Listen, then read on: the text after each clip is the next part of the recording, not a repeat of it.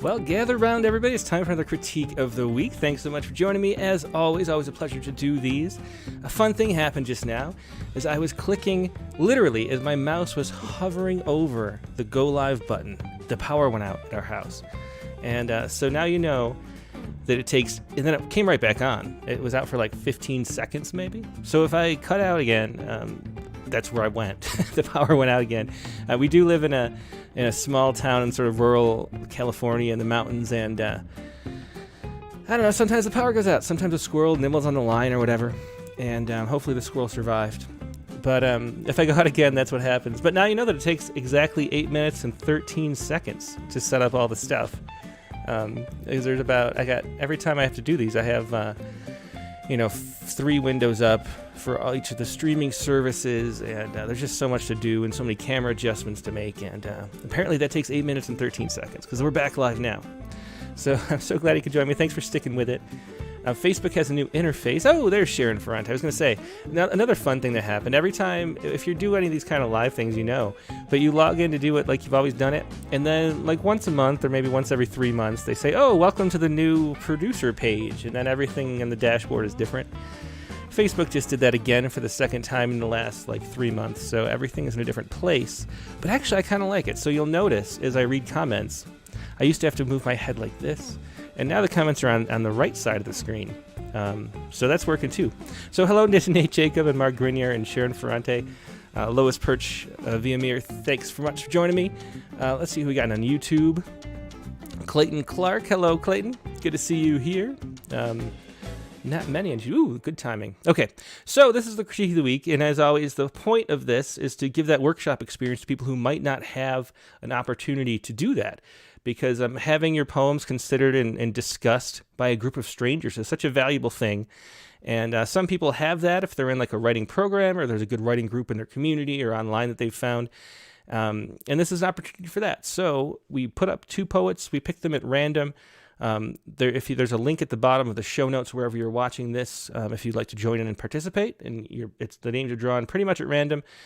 I do mix and match, so the first poet's always, or one of the 2 poets is always random. The other one is sometimes to sort of contrast and make sure that there's enough meat to talk about in these workshops. But so anyway, please leave your comments. Let the poets know what you think. They'll be watching these later or live right now if they're here, and it'll help a lot. So please do participate as much as you can. And because I don't know everything, I'm just kind of going at it like you. That's what I've always been doing. So let's dive into the first poem. And here we go. This is Annetta Riley as the poet. And the first poem is TR stands for translation, or blame it on your mother. And so here we go. A renowned 20th century French philosopher, Uze Cold, translation, whose name was Althusser, murdered his wife by strangling her with his bare French hands. He later wrote, 2 years later, that he knew he was doing her a favor. He knew because I don't know how. You guys always give me tough poems to read. Che di not futin yet back. Who's display. I think this is supposed to be a really thick French accent. I'm terrible. I should get my daughter to do these. Anyway, Che di not fait yet back. Che di play di preste. Translation, she did not resist. She was profoundly depressed. His adoring French public, forgiving and intellectual as they were, found her to be not in hier pleasant woman. Translation, a witch. They would rather have done without her than without her husband's theories on war against the ideological state apparatus. Naturalmente. Translation, of course. He was never arrested. He was never tried. He never went to prison. Instead, he went through la psychoanalyse, translation, psychoanalysis, for 2 years. Then, 2 years later, emerging from the healing warmth of the psychoanalytical, philosophico-ideological convalescent womb, he wrote, Er des tragique usa ze volt Ouv mahi muser. My wife's tragic death was my mother's fault. Ideology is a dark, endless rabbit hole, wrote Althusser. He should know, inside it, ordinary humans become psychopaths who kill, who own homes, who take vacations, who write erudite books on philosophy, who promote their real estate firms, who drive their food trucks, or who vote and then kill, particularly when the state apparatus is no longer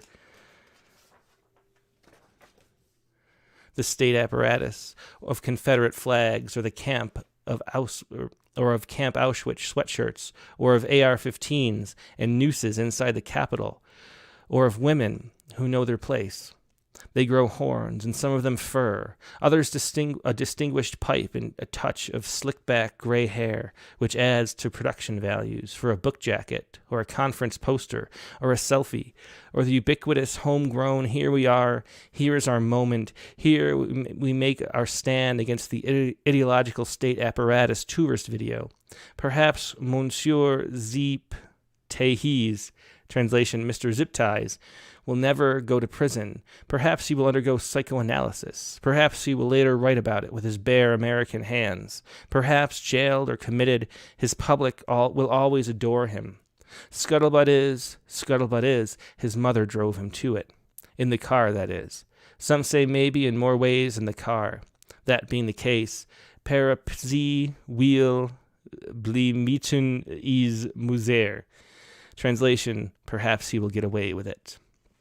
So that's an interesting poem. So the, I don't know, the translations, they're tough to read, but if you're just reading to yourself, and if you're prepared, I think. So I think there's one of those things where the translations to read sound are probably better in another setting, because usually you're not reading a poem cold, live out loud.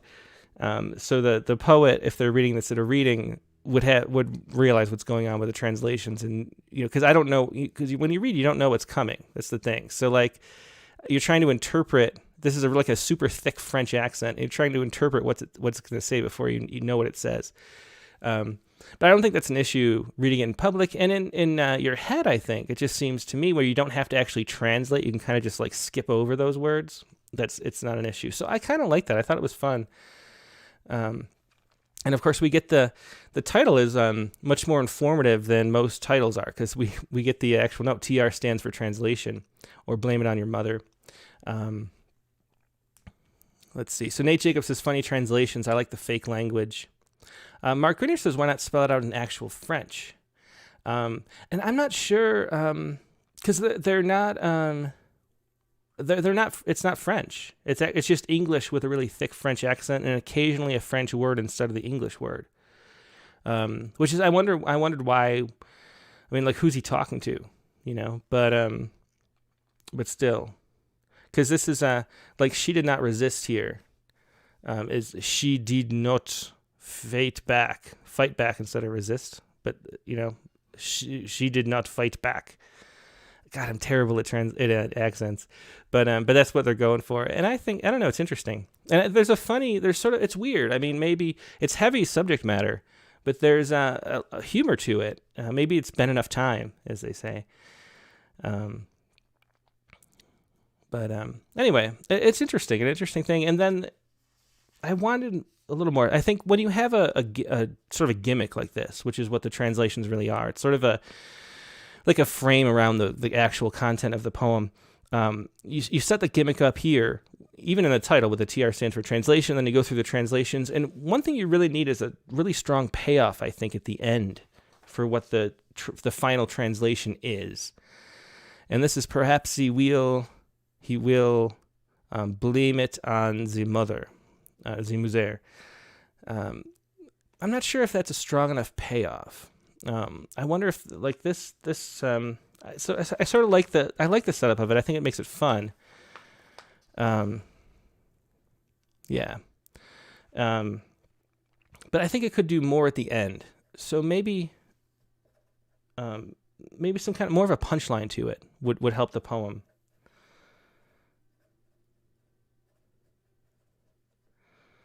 That's what I was thinking as I got to the end of it. Let's go a little bit line by line. A renowned 20th century French philosopher, And yet is so Sharon Ferrante, just to continue this topic, because it's interesting. We haven't had a poem like this yet on the Critique of the Week. Sharon Ferrante says, I think it's just too much to interpret. I sometimes add some German in my poems, but not too much. It's interesting, but it makes it hard for me to read. Yeah, so maybe just cut back a little bit and make the payoff a little more interesting. Maybe that's the sort of ticket here. Let me see what people are saying on YouTube. I don't know. We only had a few on YouTube with a delay. Yeah, there's 5 over there, but Clayton Clark says, great content in the poem, and I like the title. Yeah, it's interesting. So, okay. Let's go like line by line a little bit. So the renowned 20th century French philosopher Uze called, whose name was Althusser, murdered his wife by strangling her with his bare French hands. Is that true? Is this story true? Does anybody know? I know Louis Althusser. I don't know how to say it, but it was a Marxist French philosopher. Did he really kill his wife? Yeah, I guess. Why Althusser Killed His Wife, Essays on Discourse and Violence is a book that pops right up by Geraldine Finn. So apparently he did. This is a true story. Okay. I always wonder, because we do have one poem about a famous person who didn't really do what's in the poem. And it's a weird poem. But anyway, we won't talk about that. He later wrote... murdered his wife by strangling her with his bare French hands. And for some reason, I love the French hands. It's not something you'd think of normally. Like what does it mean to have French hands? There's something about it I just like. I'm not really sure why, but it's an interesting detail. It sort of adds to the absurdity almost of saying French hands, his bare French hands, adds to the absurdity of the other things that are going on, even though they really happened, and tragically for the wife, for sure. He later wrote, 2 years later wrote, I'm not sure about this. Like, what do we get? There's twice this happens in the poem. Where's the other time? He wrote, where it's just repeated. And here it's repeated with a modifier. But what is gained by that? Like, it draws a lot of attention to sort of the speaker when you do this kind of thing. He later wrote, 2 years later he wrote, like, we're being told this, and it sort of throws you out of the poem when you do that. And I wonder why not just say 2 years later he wrote. Because I don't know. I mean, what does it really add to have that sort of correction, that self-correction in the speaker of the poem? Because it's not a poem with a strong speaker. Like if this was a monologue, that adds an element to it. But it's really not a monologue. It's a poem that exists sort of in the mind's eye and the imagination, and not in speech as much as another poem might. So I don't know. So I wonder about that choice. I'd probably not do that and just go that straightforward. That he knew he was doing her a favor. He knew because she did not fight back.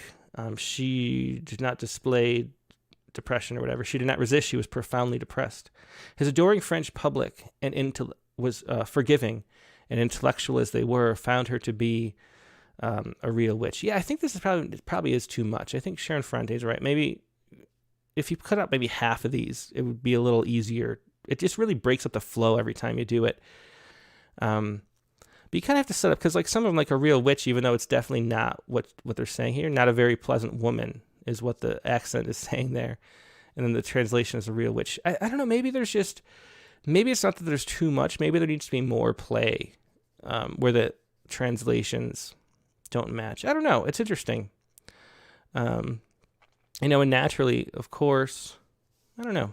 Anyway, they would rather have done without her than without her husband's. And why is her husband we get a bunch of strange capitals here.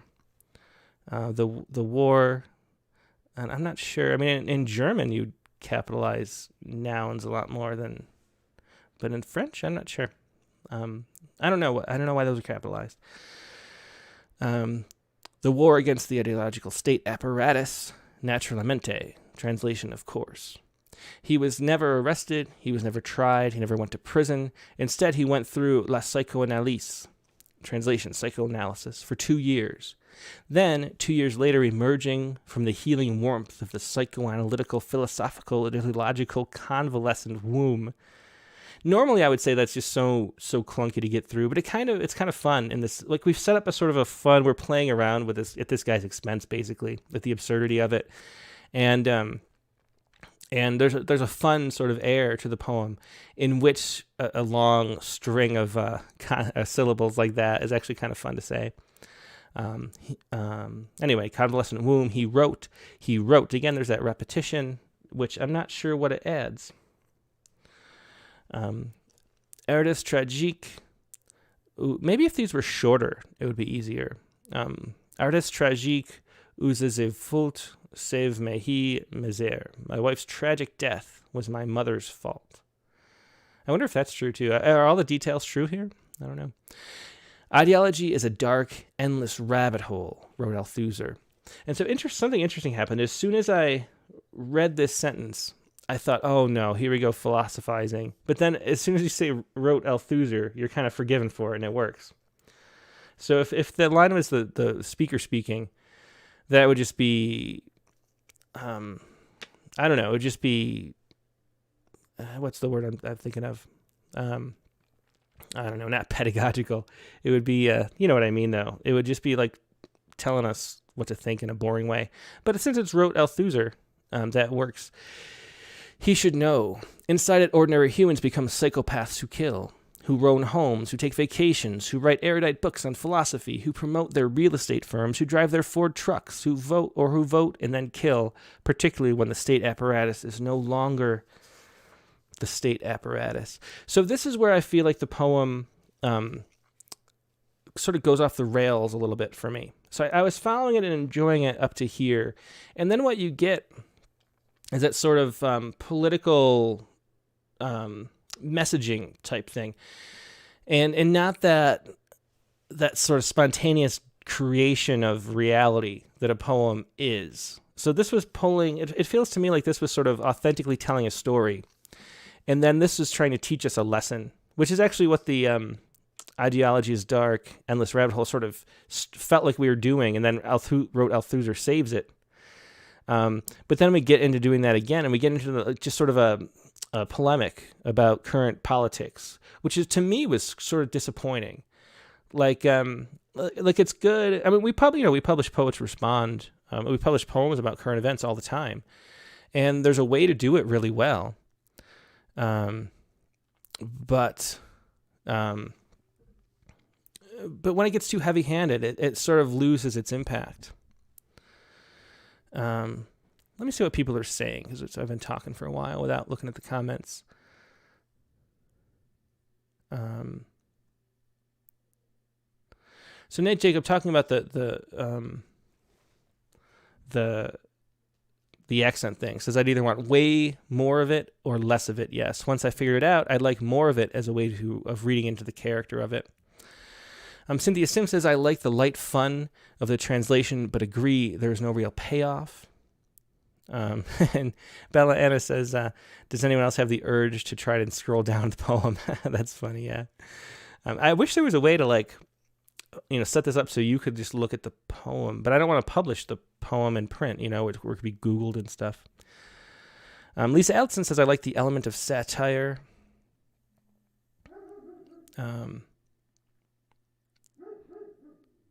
Let's see.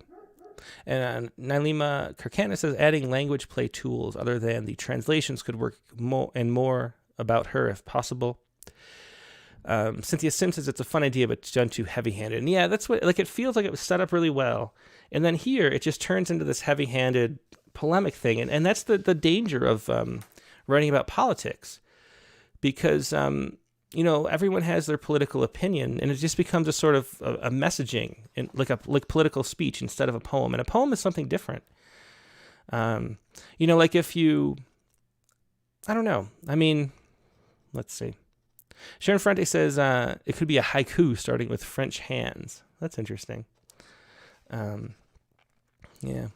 So wait, I'll just keep going a little bit. But here, it just gets too into, and it's also very narrow in its like relevance. You know what I mean too? Like in 100 years, will people remember I mean, maybe Mr. Zip Ties is interesting enough, but I don't know. The state apparatus of Confederate flags or of Camp Auschwitz sweatshirts or of AR-15s and nooses inside the Capitol or of women who know their place. They grow horns, some of them fur. Others are distinguished pipe and a touch of slick-backed gray hair, which adds to production values for a book jacket or a conference poster or a selfie or the ubiquitous homegrown, here we are, here's our moment, here we make our stand against the ideological state apparatus tourist video. Perhaps Monsieur Zip Ties will never go to prison. Perhaps he will undergo psychoanalysis. Perhaps he will later write about it with his bare American hands. And then we go back to American hands from the French hands before. Perhaps jailed or committed, his public will always adore him. Scuttlebutt is, his mother drove, and so we get this repetition again, which I'm not sure. His mother drove him to it, in the car, that is. I kind of like the drove him to it, and then in the car. There's a nice pun there. Some say maybe in more ways than the car. That being the case, I don't know if you need that. It's kind of explaining a little too much. That being the case, parapizzi wheels, blah, blah, blah. Perhaps he will get away with it. I feel like it just kind of loses the impact when it gets to that, it's didactic is the word I was thinking of before. It's a little didactic at the end. Instead of, and it's an interesting comparison for the January 6th riot or whatever you want to call it, and the Althusser. And that's sort of an insight, a poet-type insight to compare the two. But then once the comparison is made, it ends up just being really heavy-handed. And so finding a way to do that and maintain that that sense of spontaneous creation that a poem is going to be the challenge with us, really. And maybe one way to do that is to just tell the story sort of more straight so that we can make the connections. And, the problem, so here, let me put it this way. This might make sense. So here, we're being told the story. Like, we're not being, there's not like a lot of editorializing on top of it. We're not being told what to think about it. We're just being told this renowned 20th century philosopher did this, and this, and this, and this happened, and the French public did this. We get a little bit of editorializing, but it's just not much. We get the, where they would rather have done without her than without her husband's theories. So we get that a little bit, but it's only, 2 lines of it. And the rest is just telling what happened. He was never arrested, and we sort of get to draw our own conclusions. But then here, instead of that, we get a lot of the same, they would rather have, like the whole poem becomes, they would rather have done without her than without her husband's theories. It becomes that editorializing kind of voice. So if instead we sort of use this first part as something to set up in parallel to the story that we're telling about the January 6th insurrection, tell it that way, where you just tell the story and then let us negotiate what's going on. That has a much more powerful impact than sort of messaging and telling people what you want them to think. Setting up the frame and then letting people come to their own conclusions is really the way that poems can be persuasive, even if persuasive is the goal. So, so I would tell the second half of the poem much more straight and not these, that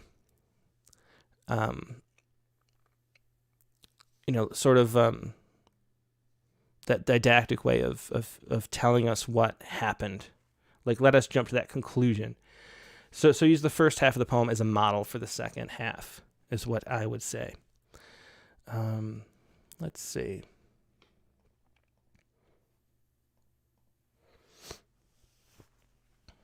John Budd says, I think it's capitalized. Talking about these capitalizations. The second, where was that? Here, her husband's. Just John Budd, I think it's capitalized because he sees himself as larger than he is, along with the self-importance of the self-stylized army against the state. That's interesting. So maybe that could be done more than just the few places that happens.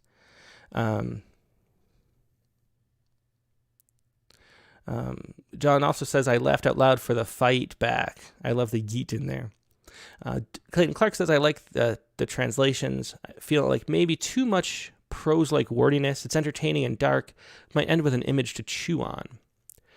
And then Wright feel a bit preached to later on. Yeah, preached is a good way to put it too. This is Nate Jacobs says, it became a bit of a shaggy dog story in the end. Like a punched line that simply leaves me moaning. Not in a good way, though it did make me smile. Wink. So that is Nate Jacobs. Yeah, so it just sort of loses itself toward the end. Okay, we don't have that much time. Let's look at the other poem from Annetta. It's a shorter poem. The Falling Leaves. The Falling, leaves. And again, this is Annetta Riley. There is a riot of color outside. Come and see. So she goes. Crimson and saffron and ochre confetti glides on currents and the breeze. Lovely as it may seem, her eyes fall on what leaves leave behind in their flight. Gray, is that the color? Is there another word that tells how bare branches hang back in the leaving? How they let go without letting on, how the trunk stiffens to carry the weight of the coming days. Ashen, really. Yes, that is the color of trees. No tears, though, because this is the nature of things. No crying out, no holding on, just letting go now. She looks up. Let them go, let him go, swirl around in the air. A child in the falling leaves. A child in the falling leaves. A child in the falling leaves. It is the way of things. But leaves come back in spring, and leaves, she waits for spring, and then leaves her again. We can no more write love than we can paint the sky. All the trees in the world cannot capture and hold it. Let's go back inside now. Let's wait until spring. Break. So this is some interesting language play here, on which you can get, you can tell it's going to happen from the title, The Falling Leaves. That kind of sets it up. That comma completely changes the meaning, and in an interesting way, and that's a preview of what's going to be forthcoming in the poem.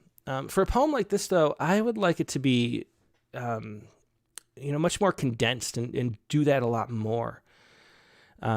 We sort of settle into regular speech, and then we get back into the language play, and it sort of goes in and out of that. And it works much better if you stay in that mode, I think, more consistently. So try to have some kind of play, at least in each stanza. There's a riot of color outside. I think the riot of color is a bit of a cliche. It's sort of bordering on cliche. It's one of those, like, there's sort of things that are like a poet's cliche, where it's not a cliche yet in real life, but it's a thing that comes up in poems a lot.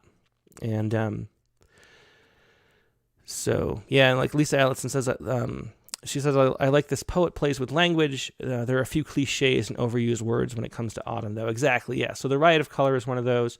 And again, it's like it's a poet's cliche, where it's not something that maybe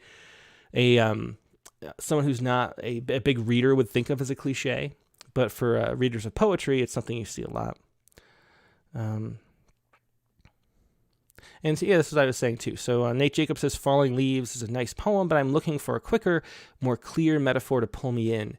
The language is mostly beautiful and the sentiment is really good.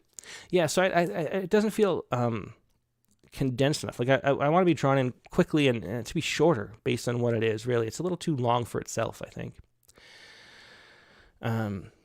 Crimson and saffron and ochre confetti. I also, colors are boring.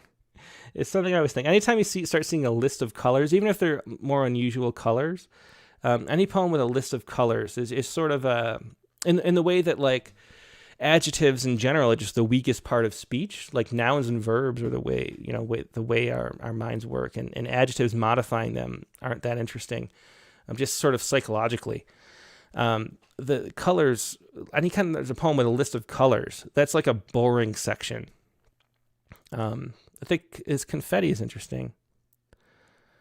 Jenny Middleton says Riot of Color is used a lot in gardening magazines, so it's cliche even outside of literature. Okay, yeah, good. I'm not a garden magazine reader, but that makes sense. So, it's a great. The thing about cliches is that they're great. They're great metaphors that have just been. They're so good that people keep using them until they're not interesting anymore.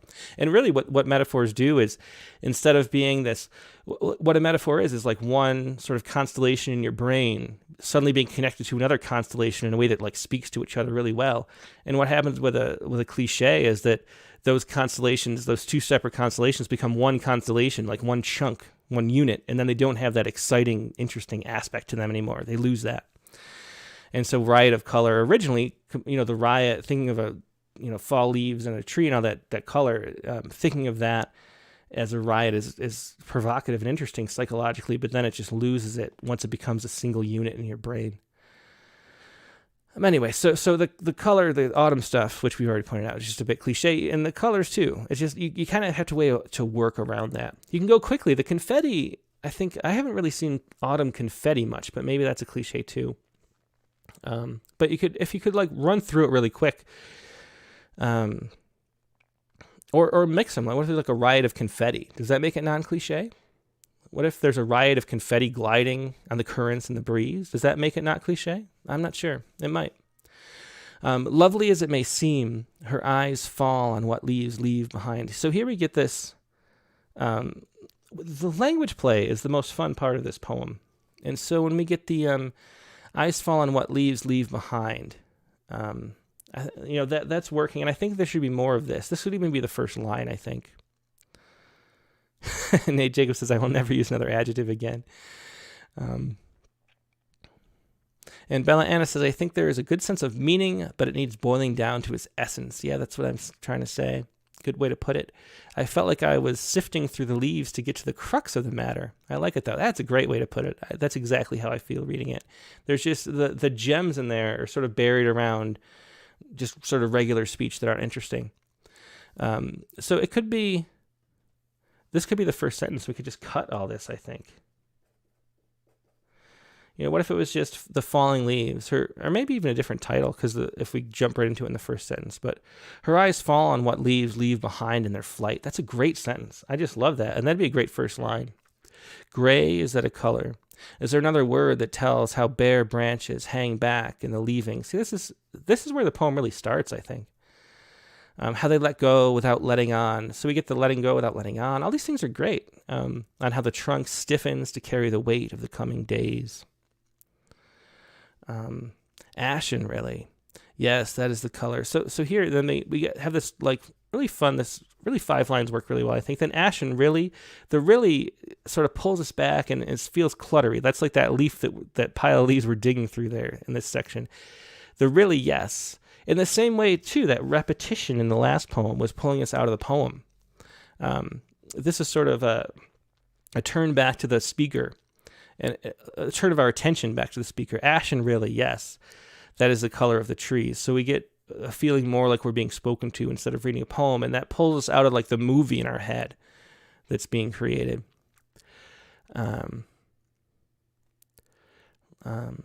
Anyway, no tears, though, because this is the nature of things. So all this, if we just left it the simple, this is the nature of things, and then moved on, I think that would be better. No crying out on holding on, just to let go. Now, she looks up. The she looks up is, again, I don't know what that adds. Let them go, let him go, swirl around in the air. So this, I think, is not working. A child in the leaves falling, a child in the falling leaves, a child in the falling leaves. Nate Jacob says, these leaves seem to actively be leaving the tree behind. It's not the tree dropping them so much as the leaves letting go. I love that. Yeah, that's interesting. And that really is sort of the heart of the metaphor of this poem. It is the way of things, but leaves come back in spring, and leaves, she waits for spring. So we get the she looks up and the she waits for spring. And I think that is important. But I think maybe something more interesting could be done with it. And that's the issue. It's just sort of, they're flat sentences. If there was some kind of play in here with language play, like there is for other places that are really working in the poem, then that wouldn't hold up. So the whole time I just want to condense this poem and turn up the language play, because that's the best part of it. We can no more write love than we can paint the sky. That's a very nice line. I like that. All the trees in the world cannot capture and hold it. Let's go back inside. Let's wait until spring break.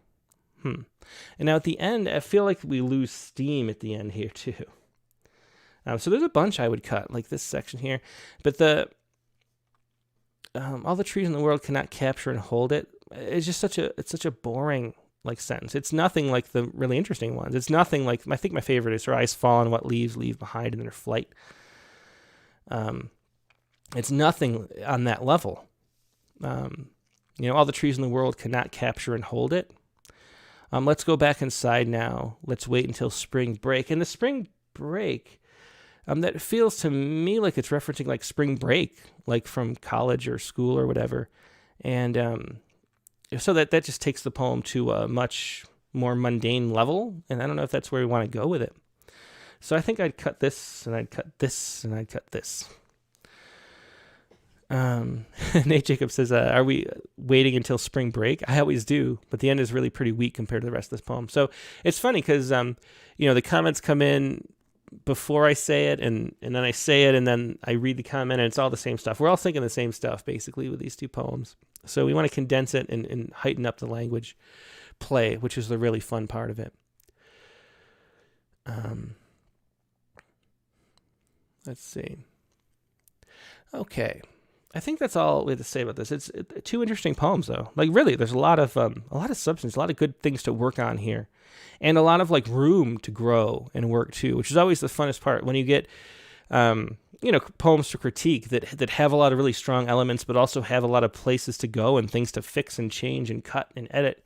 That's sort of the fun part of doing a workshop like this. So it'll be fun to see if we end up seeing what becomes of these poems later.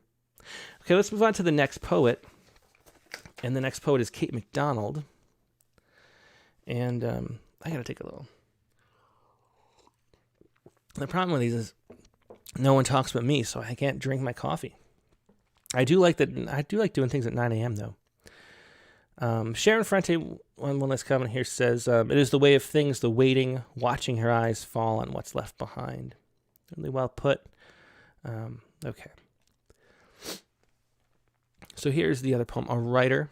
And again, this is Kate MacDonald. We have two sort of poems of this length from Kate. A Writer. Each day, should I move the camera in a little bit here? I had to bring it out for the last poem. Let me adjust a little bit. Make it the best view possible. Oops, not that one. Hang on one second.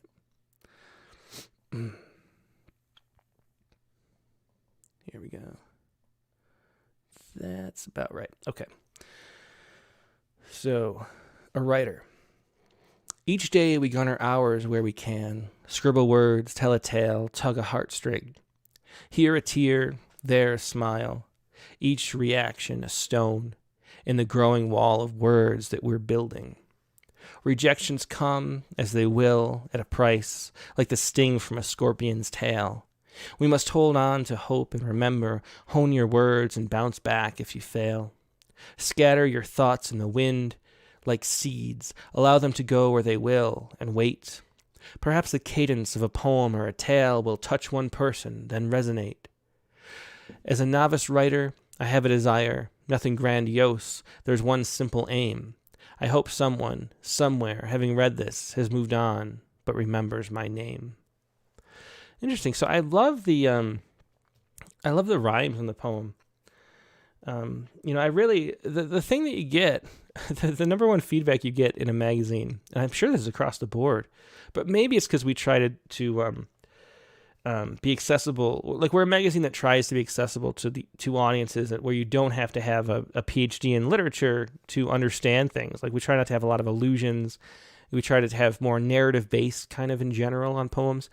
And maybe that's one of the reasons why. But the number one thing I always hear and have for 20 years almost is why don't you have more rhyme and meter in your poems that you publish? And I think there's a real sort of a craving to read poems that rhyme from the general public.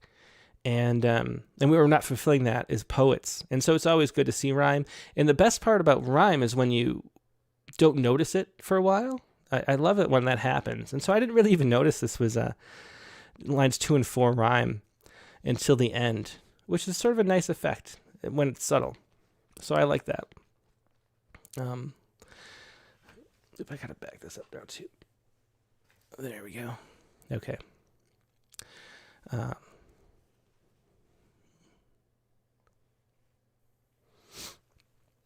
Okay. A writer.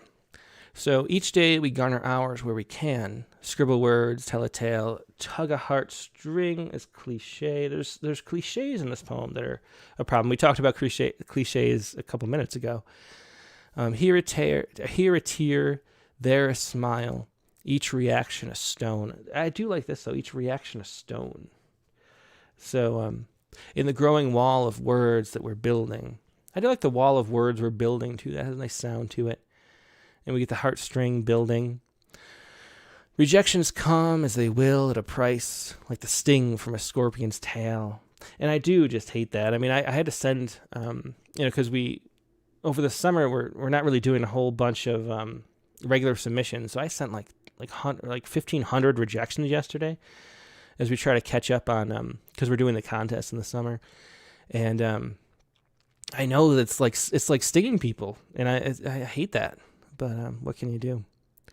We must hold on to hope and remember, hone your words and bounce back if you fail. And we get the fail and tail rhyme. So I'm starting to, at this point, so I'm sort of, every time I approach a poem and read it for the first time, I'm sort of on the poem's side, and then at some point usually, because poems, it's hard to write a poem that works all the way through. I sort of, it loses me. And I start to feel that it loses me around here. And it's because I don't have a lot of interesting things to grab onto. Rejections come as they will at a price, like the sting from a scorpion's tail. And the scorpion's tail is a bit cliche too. And then we must hold on to hope and remember, hone your words and bounce back if you fail. There's just a sort of an easy sort of, not a lot of substance to that line. Scatter your thoughts in the wind like seeds. Again, that's a bit of a cliche. And allow them to go where they will and wait. I do like that, though. I like that. Perhaps the cadence. I like the idea. So scatter them. Scattering anything in the wind is a cliche. But the idea that a poem is like a seed that's being scattered and might grow somewhere is an interesting metaphor for what the poet was talking about before. Or maybe at the end. Where was it? Perhaps the cadence of a poem. Where does it go? The one aim here. Yeah, to have someone somewhere be moved by this. Clayton Clark says, nice rhyming, the poem's a bit too on the nose for me. Yeah, that's a good way to put it too. It's just a very straightforward, like telling you something, kind of in a similar way as the second half of the first poem that we talked about, was just telling you sort of a political position. This is sort of doing the same thing. Like it's instead of it's expressive instead of explorative. Explorative, is that a word? Exploratory. It's not searching for meaning. It's sharing something that it wants to tell you. And there's something that always comes across as very flat about that. There's the whole no surprise for the reader, no surprise for the writer, no surprise for the reader, no tears for the reader, no tears for the... I keep saying it wrong. No tears for the writer, no tears for the reader. That's Frost, I think, is the one who said that. But there's always that sense of like you have to be finding something for us to feel like we're finding something. And what we really want to do is find something. And so knowing what you're telling us ahead of time just ends up being flat almost all the time. Sometimes if you're really great with image and metaphor and things, you can pull it off in a way that doesn't feel like it's just telling us something flatly. But in most cases, it just doesn't work unless you're exploring and like finding something too. And I don't get that sense. Like if there was a question at the beginning, like if it was like, what is it about being a writer? And then I realize as I'm writing it that this is what matters to me. If there's that sort of journey in here, that might work too. But instead it feels just very like telling us what it is to be a writer because I already knew it. and it just doesn't resonate that way. So I don't know. That's how I feel to me. And too on the nose, like as Clayton Clark I think put it, is how I feel about it too. Bella Anna says, I find this light and gentle like a passing conversation. Nate Jacob says, this feels like a personal pep talk, too personal for everyone to relate to deeply, to be moved by. Yeah. And Bella Anna says, I changed the scorpion sting to something else. Sharon Ferrante, it's an awesome simplicity, just needs some buzz and some twisted fun. Yeah, there's just not a lot to grab onto and remember. So how can we make it like that? If we want to write a poem about being a writer, like how would we go about doing that? And I think that the key is to use metaphor and image in fresh ways. And so I go back to this metaphor again. I like the idea of planting seeds and not knowing. It's not just the planting seeds and that they scatter, but it's not knowing or being there where they grow and pop out of the ground and having no idea that that's the case. That's the really interesting thing. And so if we could focus on that metaphor and sort of tell that story as a story and then let the meaning come from the story rather than the other way around, that's how the poem would work. So I would say focus on this metaphor and paint that as a picture. And then I think that would work. Okay. Let's move on to the Canvas, which is the second poem.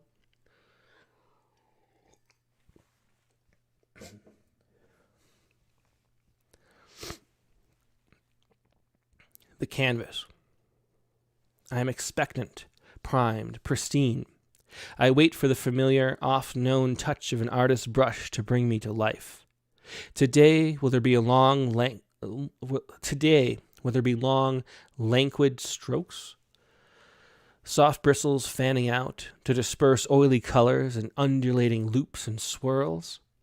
Perhaps a pure red sable brush can be used to blend and soften my edges. Or will there be brisk, impatient jabs from stubbier bristles, thus allowing impressions to be left on pools of acrylic paint, to point the way to a vision? Might a palette knife appear with intent, this cold, sharp metal, when wielded by a sure hand, builds landscapes, forests, seas, and rivers with ease? The marks made by it will remain untouched. Artists have at their command an extension of themselves and the tools they are used, and the tools that are used to transport you to a world of their making. So squint your eyes, tilt your head, take a soft, deep breath, and see. And that is the Canvas, which has a lot more imagery and a lot more concrete meat to it than the last poem. We switch, we end up being a you poem at the end, from an I, which is always interesting. We talk about this in the conversation with James Pennebaker, in the issue that I just sent to the printer yesterday. And I don't know, oftentimes the I, or the you, the second person, is like the weaker of the subjects that you could use because it's sort of ambiguous. And you lose a little bit of connection there with that. So I wonder why the switch. Because a lot of times the I stands in for the you, which is the issue. And I wonder why not keep it there. Like, why not say, so I squint my eyes, I tilt my head, take a soft, deep breath, and see. It feels more intimate and connected there, because the you is often used as a kind of a way to make distance. Like it's like a shield of ambiguity that the you ends up being very often. And I think that kind of happens here, but I'm not really sure why. So anyway, I am expectant, primed, pristine. Sharon Ferrante says, I like that first line. I do too. I'm expectant, primed, pristine. I wait for the familiar. So here I'm assuming the I is the canvas. I mean, that's the title. And then we jump in with the I, and the canvas is expectant, primed, and pristine. I wait for the familiar. Often known, which is a sort of a strange usage. It doesn't happen very much, but I don't know. I think that's okay. Oft known touch of an artist's brush to bring me to life. The one thing I was wondering though about the canvas, I'm expecting prime pristine. I wait for the familiar. So if you're a pristine canvas, you're only going to be used for one painting. It's not like you can be erased and then start over again. So there's even more tension here in the setup than is sort of explained in the poem. It almost treats it as if, like you're stuck. You're stuck forever being the painting that you're going to become, and you have no idea what that painting is going to be. And imagine, like, actually, like, it's just a cool idea. Imagine, like, being a canvas and watching the painter, pick you from the pile of canvases after yesterday he picked your brother or whatever, and then watch the painter come approach you, and you're going to become that for the rest of your life. And maybe you'll be like the Mona Lisa and everyone will love you forever. And maybe you will be some painting that gets discarded because the painter was frustrated and hated it. I mean, that's a lot of tension, and that's a lot of drama in there, actually. If you're going to personify an object, that's kind of cool. But I think that could be played up more. But I don't feel like the drama comes out as much as it should. Like it's sort of a missed opportunity.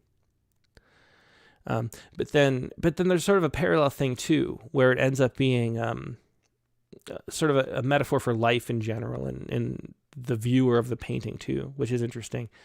But I think there could be more tension, because that is such a dramatic thing. A really dramatic scene is being played out here, but we're not really seeing it as drama as well as we could, I think. So we could do more with it. Today, whether it be long, languid strokes, soft bristles fanning out to disperse oily colors and undulating loops and swirls. So I like these questions. They're really good descriptions. Perhaps a pure sable brush can be used to blend and soften my edges. Or will there be brisk, impatient jabs from stubbier bristles? And I always love when someone, it feels like they know painting. Like, I don't really know the different tools that are used. And, if like stabbing with stubbier bristles. I always love, like, sort of learning vicariously through somebody else's just vocabulary for the way things go. So the sable brush, I like that stuff. And there's a lot of good detail. That's what I mean when I say there's a lot of concrete material here. So Jenny Middleton says, so painters do reuse canvas and reprime them. Oh, interesting. So maybe that whole thing was wrong. So painters just do reuse canvases and reprime them. So would you do that over and over again? Like would a canvas? I'm not a painter, so I don't know these things. Would a canvas have like 10 paintings on it? Like layers and then reprimed over the top over and over again. So are there that many? I know that some of the famous paintings have different layers underneath them, but I didn't realize that was really common. And how often would you be able to do that? That's an interesting question. Like, how long does the paint stick? Does it end up not sticking anymore? Interesting questions. I'd like to know more. But I think that's all opportunity, though, for making the poem even deeper and more interesting. Or will there be brisk and patient jabs from stubbier bristles, thus allowing impressions to be left on pools of acrylic paint to point the way to a vision?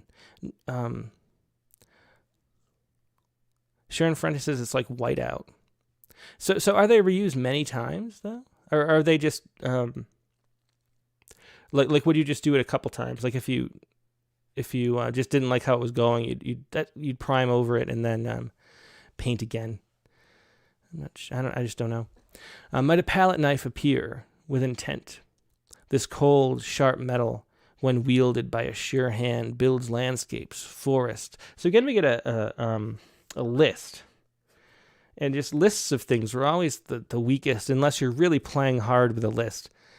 And so, like it's almost like that that Stalin maybe apocryphal quote about like the one death is a tragedy but a million is a statistic or whatever. It's so much stronger to pick one and then describe that in a little more detail than it is to list different types of things. So this cold, sharp metal, when wielded by a sure hand, builds a landscape with blah, blah, blah. Like describe that a little bit with just a little bit of a line. That's a much more impacting thing, having one image with some detail, than having a list. Like a list sort of, almost like we're talking about with the primer. Like each item on a list sort of paints over the last one in your mind. And so none of them end up being as strong or lasting. So it's much better to describe some of this a little bit than it does to list it out. The marks made by it will remain untouched. Artists have at their command an extension of themselves in the tools that are used to transport you to a world. So we get the you again. To a world of their making. So squint your eyes, tilt your head, take a soft, deep breath, and see. And so I feel like the poem, this one goes off the rails a little bit here. Because we end up having this sort of paraphrasing what's going on and sort of moralizing at the end.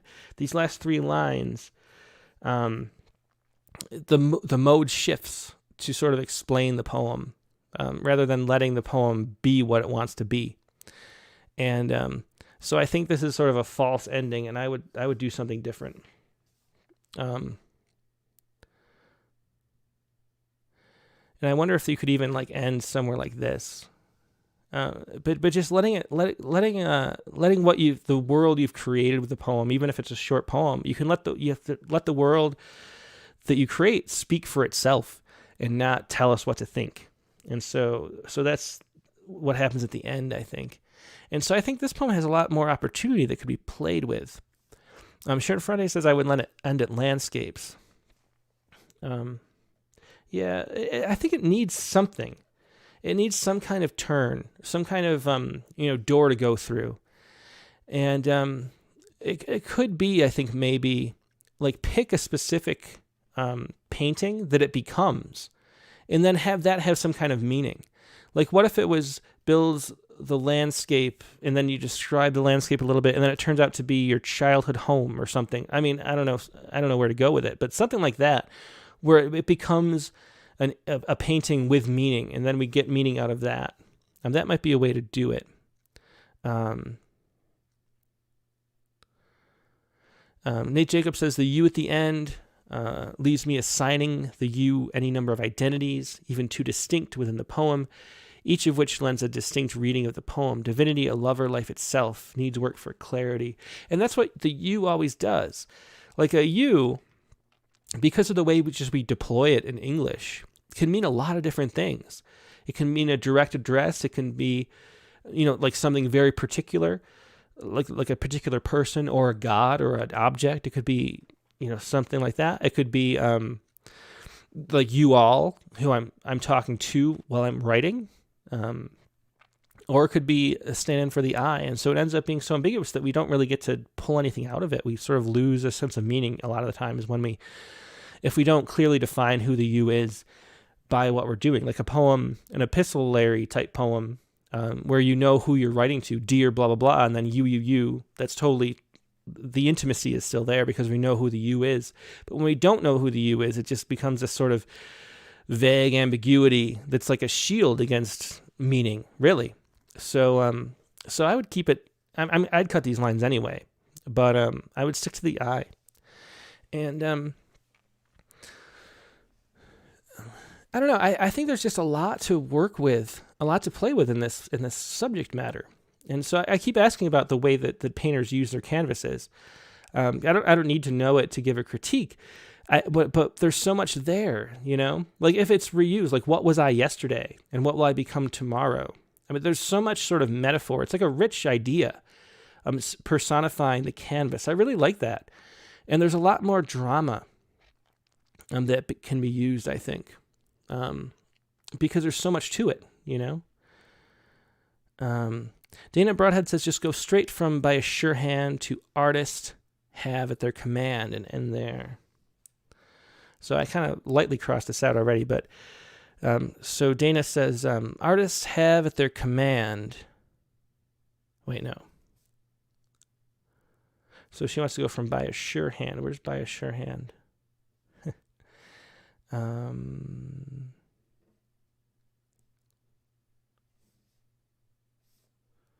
Where's the by a sure hand? Oh, there it is. Okay. Might a palette knife appear with intent, this cold, sharp metal, when wielded by a sure hand, artists have at their command. There's a nice rhyme there. Yeah, I think that's another way to do it.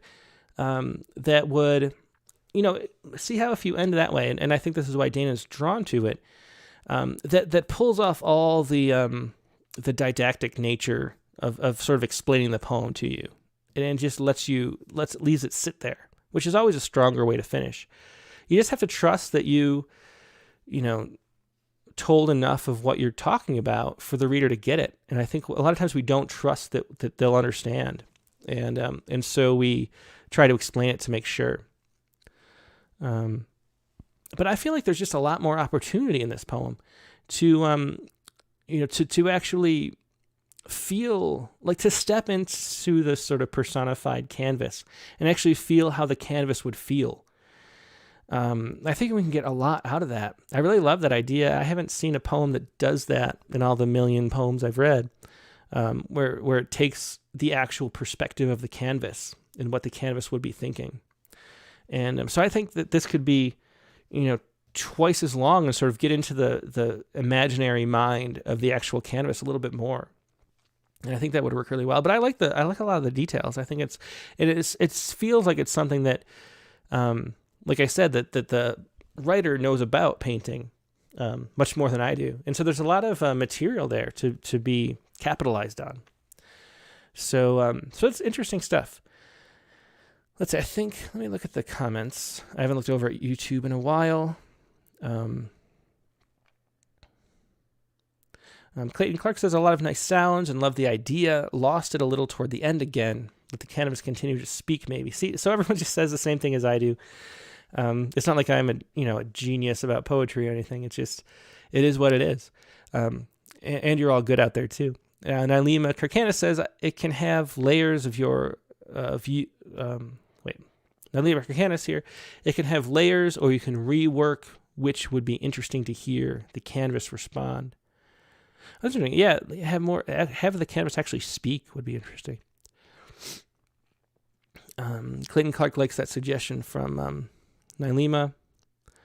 Clayton Clark canvas could have 9 lives of acrylic.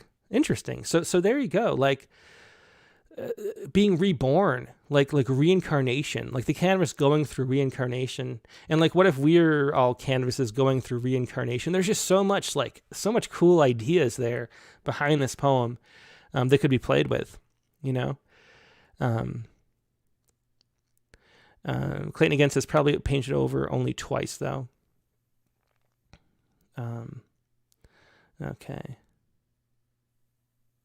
Anyway, yeah. So these are really interesting poems. I love the idea of this canvas. I really hope it sort of expands and digs deeper into the experience of the canvas and uses that as a metaphor for who we are as human beings, but not with an explanation. You have to sort of let that go and accept that the weirdness, the weirdness of a canvas having life is like what we learn from and what's like compelling and interesting.